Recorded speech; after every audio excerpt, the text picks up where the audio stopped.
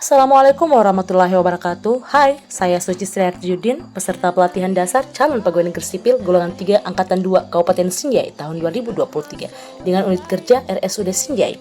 Kali ini kita akan membahas core values ASN berakhlak yang terakhir, yaitu adaptif dan kolaboratif. Selamat menyaksikan.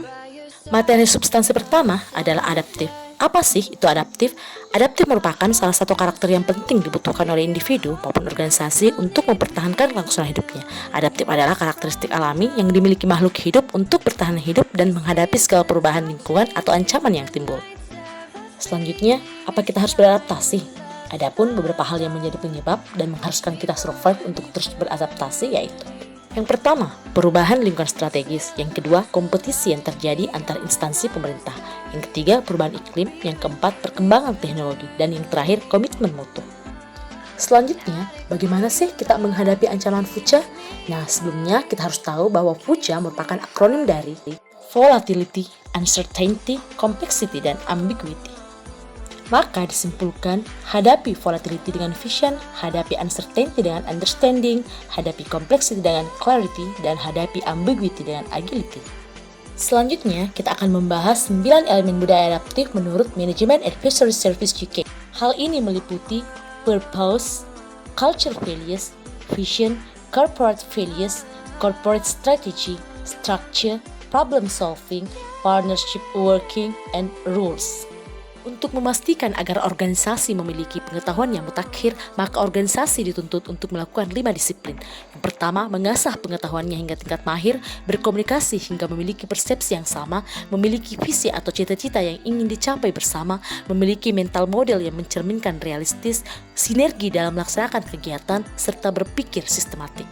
Selanjutnya, kode etik adaptif yang harus diterapkan oleh seluruh ASN. Yang pertama, cepat menyelesaikan diri menghadapi perubahan. Yang kedua, terus berinovasi dan mengembangkan kreativitas. Dan yang ketiga, bertindak proaktif. Adapun konsep dan strategi membangun organisasi adaptif yaitu: yang pertama, memahami konsep organisasi. Yang kedua, mendorong setiap individu untuk belajar. Dan yang ketiga, membangun jiwa kepemimpinan. Nah, itu tadi pokok bahasan terakhir untuk substansi materi adaptif. Selanjutnya kita akan membahas tentang kolaboratif. Sebelum lebih jauh, kita harus paham arti dari kolaboratif. Kolaboratif adalah proses yang kompleks yang menuntut pembagian pengetahuan yang terencana dan sengaja yang menjadi tanggung jawab semua pihak. Proses menjalin kolaborasi meliputi trust building, artinya membangun kepercayaan dengan stakeholder, mitra kolaborasi, face-to-face dialogue, artinya melakukan negosiasi dengan baik dan bersungguh-sungguh, komitmen terhadap proses, artinya pengakuan saling ketergantungan, pemahaman bersama mengenai kejelasan visi, serta menetapkan outcome antara. Selanjutnya, hal terpenting dari kolaboratif yaitu kode etik yang harus diterapkan oleh seluruh ASN. Yang pertama, memberi kesempatan kepada berbagai pihak untuk berkontribusi. Yang kedua, terbuka dalam bekerja sama untuk menghasilkan nilai tambah. Dan yang ketiga, menggerakkan pemanfaatan berbagai sumber daya untuk tujuan bersama. Selanjutnya, kita akan membahas tentang collaborative governance atau kolaborasi pemerintah. Menurut Irawan, collaborative governance adalah sebuah proses yang melibatkan norma bersama dan interaksi saling menguntungkan antara aktor governance. Selanjutnya, faktor-faktor yang mempengaruhi keberhasilan kolaborasi dalam konteks pemerintahan. Yang pertama, kepercayaan. Yang kedua, pembagian kekuasaan. Yang ketiga, gaya kepemimpinan. Yang keempat, strategi dalam manajemen.